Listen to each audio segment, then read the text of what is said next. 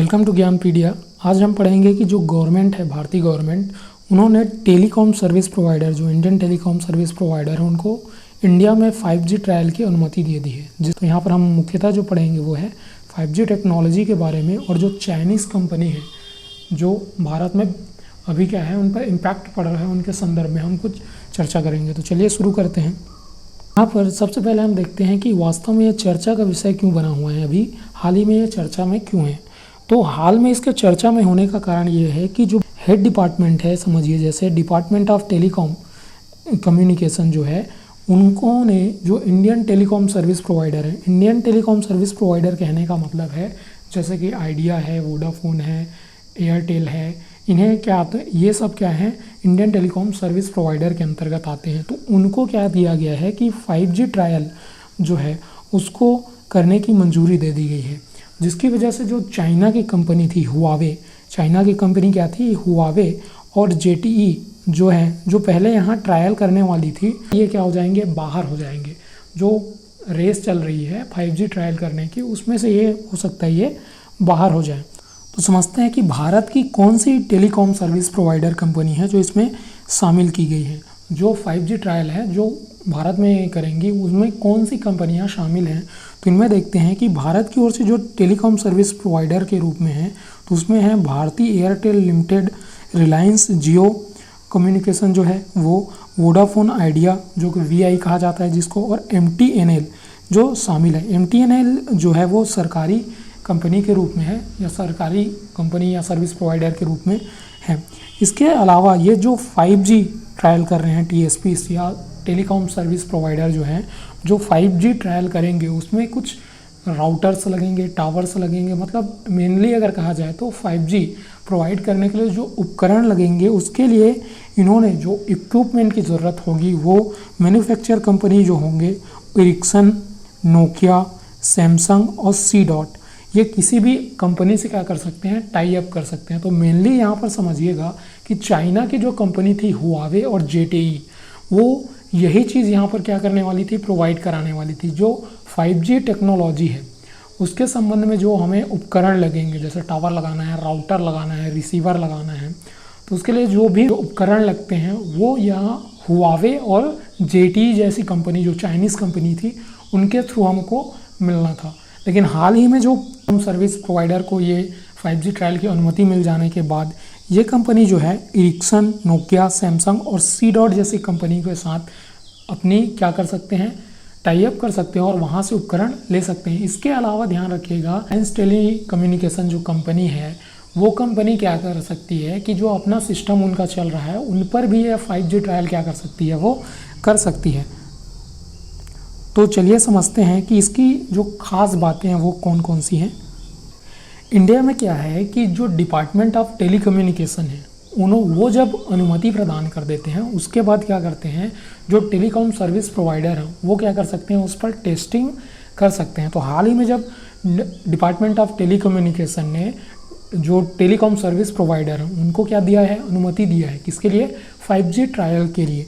तो इन 5G trial के लिए उन्होंने उनको कहा है कि जो टेलीकॉम सर्विस प्रोवाइडर हैं उनको क्या दिया जाएगा, 6 महीने का समय दिया जाएगा ट्रायल के लिए। और इस 6 महीने के ट्रायल के लिए समझिएगा कि ये 6 महीने जो है वो 4 और 2 में बटा हुआ है, जिसमें 2 महीने जो हैं उनको क्या किया जाएगा, 2 महीने उपकरण को खरीदने और उन्हें इंस्टॉल करने के लिए दिया जाएगा, जो कि इस 6 महीने में ही क्या है, सम्मिलित किया गया है।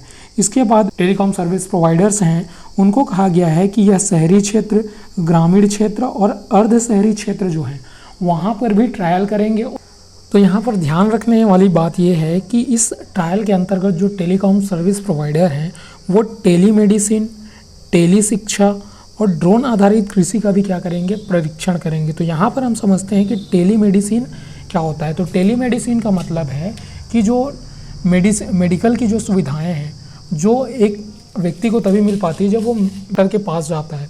इसी तरीके से जो क्या होता है कि टेलीमेडिसिन में क्या होगा कि यदि कोई व्यक्ति गांव में है और डॉक्टर क्या है किसी शहर में है, तो वो मोबाइल के थ्रू या टेलीकम्युनिकेशन के ज़रिए वो क्या करते हैं, वहाँ से इंस्ट्रक्शन देते हैं, उसको फॉलो करके क्या करते हैं, वो उनका इलाज कर सकते हैं। तो इसी चीज़ को क्या कहा जाता है, टेलीमेडिसिन। टेलीमेडिसिन का मतलब है कि टेलीकॉम जो होते हैं उसका यूज़ करके मेडिकल सुविधाओं को क्या कराना, दूर स्थित किसी व्यक्ति को मुहैया कराना, वो क्या कहलाता है, टेलीमेडिसिन कहलाता है। इसी तरीके से टेली शिक्षा क्या कहलाता है, जैसे अभी छत्तीसगढ़ में हाल ही में योजना चली थी कि तुहर शिक्षा तुहर द्वार।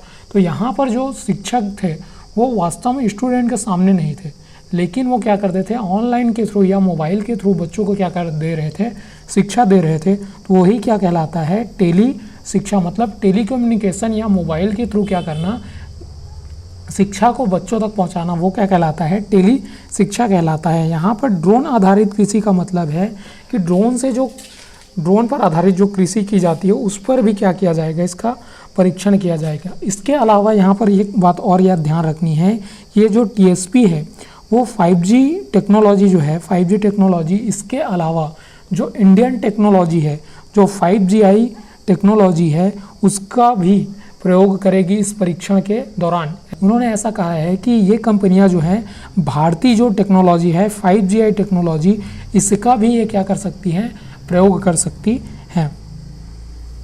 तो यहाँ पर समझते हैं कि 5GI टेक्नोलॉजी जो है उसको इंडियन टेक्नोलॉजी क्यों कहा जा रहा है।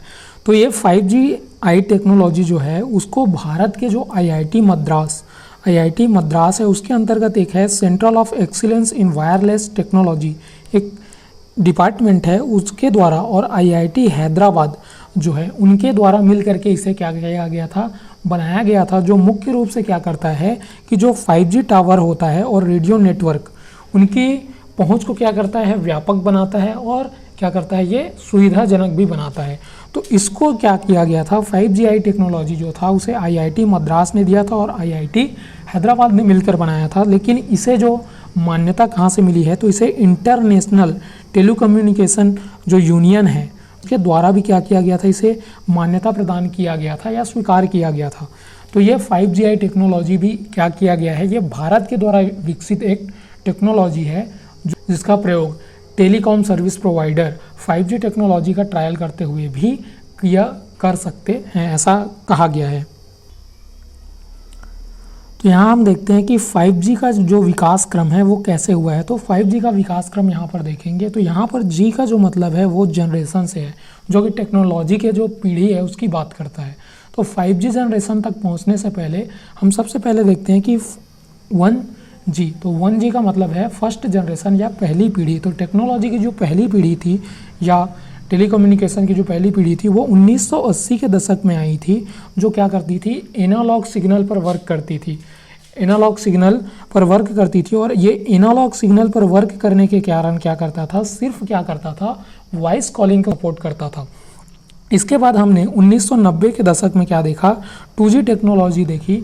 जो 2G टेक्नोलॉजी थी वो 64 kbps की स्पीड से वर्क करती थी और इसके अंतर्गत हमने देखा कि जो 2G टेक्नोलॉजी आई तो 2G टेक्नोलॉजी में हमने वॉइस ट्रांसफॉर्मेशन और इसके ज़रिए ही यह हुआ कि हम डेटा को क्या करते थे, एक जगह से दूसरी जगह ट्रांसफ़र कर पाने में हम क्या हुए, 2G की मदद से ही हम लोग सक्षम हो पाए।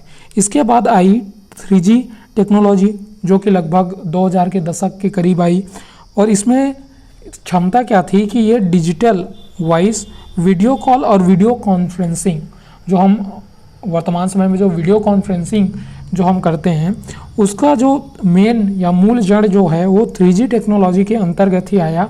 और यह जो था वो 1 से लेकर के 2 Mbps की स्पीड दे सकता था, मेगाबाइट पर सेकेंड की स्पीड ये दे सकता था।